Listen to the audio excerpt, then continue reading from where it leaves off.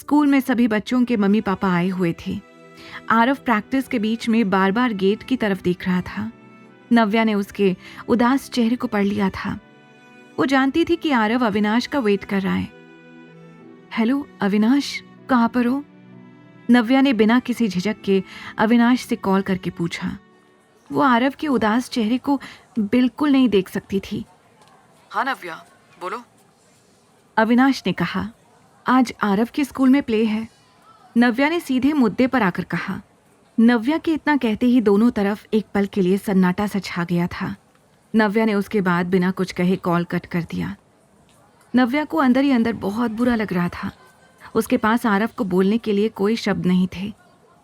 चलो आरव बेटा, अपनी कॉस्ट्यूम पहनकर रेडी हो जाओ, मैं भी जल्दी से तैयार हो जाती हूँ, नव्या ने आरव के सिर पर हाथ रखते हुए कहा।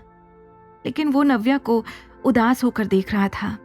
दूसरे ही पल नव्या रेडी होने के लिए ग्रीन रूम में चली गई थी। अरे आरव, तेरे पापा नहीं आए क्या? आरव के फ्रेंड ने पूछा, लेकिन आरव के पास इसका कोई जवाब नहीं था। उसने उदास होकर कहा, नहीं, वो काम में बिजी हैं। तुझे पता है मेरे पापा ने ही मुझे प्ले तैयार करवाया है। वो और मेरी मम्मी दोनों सुबह से मेरे साथ हैं। आरव के फ्रेंड ने प्राउडली आरव से कहा। अपने फ्रेंड की बात सुनकर आरव अपने पापा को बहुत मिस कर रहा था। कुछ ही देर में प्ले शुरू हो गया था, लेकिन उसका ध्यान बार बार गेट की तरफ ही जा रहा था। हेलो एवरीवन, अब कुछ ही देर में नेक्स्ट प्ले आरव आहूजा का होगा, जो एनिमल थीम पर बेस्ड है। स्कूल टीचर ने जैसे ही आरव का नाम अनाउंस किया, उसे सुनकर आरव की सारी उम्मीदें टूटकर बिखर गई थी। पापा, पापा! आरव एकदम से शॉक्ड होकर चिल्ला पड़ा। आरव को इस तरह चिल्लाते हुए देखकर एक पल के लिए नव्या को बिल्कुल समझ नहीं आया कि क्या हुआ, लेकिन उसने जैसे ही गेट पर देखा तो अविनाश खड़ा हुआ था। पापा, मुझे पता था आप जरूर आओगे। थैंक यू पापा, आरव ने खुश होते हुए कहा। अविनाश ने भी तुरंत आरव को कसकर गले लगा लिया। नव्या अविनाश को देखकर बहुत खुश हो गई थी। उसे बिल्कुल उम्मीद नहीं थी कि अविनाश इस तरह आएगा। आरव, मैं जल्दी से रेडी हो जाता हूँ, प्ले होने ही वाला है, अविनाश ने आरव से कहा। उसने एक नजर नव्या को देखा और तुरंत ग्रीन रूम में कॉस्ट्यूम पहनने के लिए चला गया। अविनाश कॉस्ट्यूम में बहुत अच्छा लग रहा था। नव्या ने उसका मेकअप करना शुरू कर दिया था। तुम इस तरह बहुत अच्छे लग रहे हो। तुम्हें अब स्टेज पर मुस्कुराते हुए एक्टिंग करनी होगी, नव्या ने मुस्कुराकर अविनाश का मेकअप करते हुए कहा।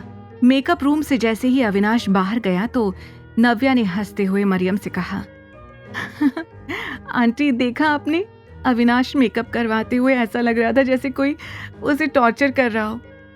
नव्या की बात सुनकर मरियम भी हंसने लगी। तभी एक आदमी ने आकर नव्या से कहा, मिसेस नव्या, प्ले का टाइम हो गया है, आप स्टेज पर जाइए। उस आदमी की बात सुनते ही नव्या अविनाश और आरव को लेकर स्टेज के पास जाकर खड़ी हो गई। थर्ड बेल बजते ही नव्या, अविनाश और आरव ने अपना प्ले शुरू कर दिया। पूरा प्ले एनिमल थीम पर बेस्ड था, जिसमें तीनों ने हाथी के कॉस्ट्यूम पहन रखी थी। सारी ऑडियंस आंखें फाड़कर तीनों को देख रही थी। तीनों बहुत ही खूबसूरत लग रहे थे। नव्या ने प्ले की तैयारी पहले से ही कर ली थी, जिससे अविनाश को बहुत ज्यादा मेहनत नहीं करनी पड़ी। नव्या और आरव की एक्टिंग से सभी लोटपोट हो रहे थे, तो वहीं अविनाश के गंभीर शब्दों से सारी ऑडियंस का दिल पिघल गया था।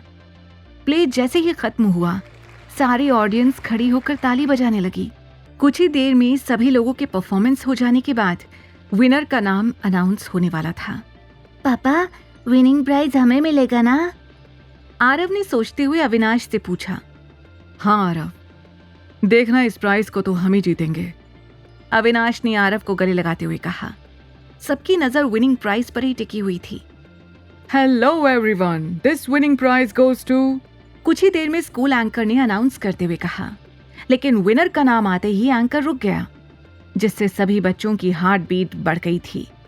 सभी अपने अपने मम्मी पापा का हाथ पकड़े हुए एंकर के नाम बोलने का इंतजार कर रहे थे। आगे की कहानी जानने के लिए देखिए अगला एपिसोड सिर्फ पॉकेट एफएम के YouTube चैनल पर, और द रिटर्न के सारे एपिसोड्स को सुनने के लिए डिस्क्रिप्शन में दी लिंक से डाउनलोड करें पॉकेट एफएम ऐप।